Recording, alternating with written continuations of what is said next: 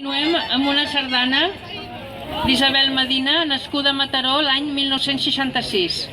Ella va començar a estudiar música als 8 anys i va fer la carrera al Conservatori del Liceu. Toca el piano, el violí, el contrabaix, el saxo i l'orgue.